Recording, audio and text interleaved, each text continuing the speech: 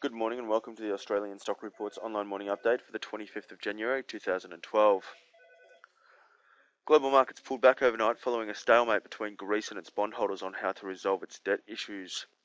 Hopes for a quick agreement between Greece and its creditors to forgive part of the nation's debt broke down amid a dispute over the appropriate rate of compensation to creditors.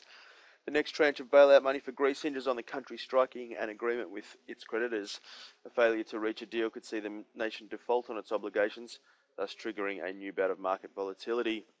Although the debt impasse is a cause for concern, investors nonetheless expect the deal to eventually be hammered out.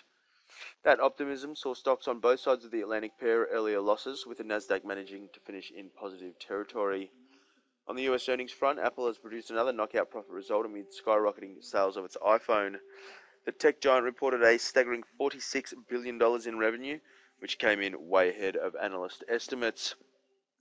The Greek debt impasse saw investors shy away from most commodities, including gold and oil. Interestingly, the Greek bailout saga didn't have much of an impact on the euro, which ended almost flat against the greenback.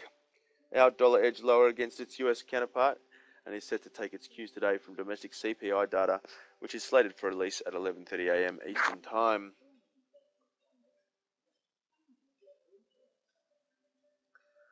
The SPY mirrored its international peers overnight, falling initially before staging a strong recovery. However, the late surge wasn't enough to propel the index past the stubborn resistance region around 42.35. The late rush on the street is set to have a positive impact on the Aussie market, with futures currently pointing to a 10-point gain on the open this morning.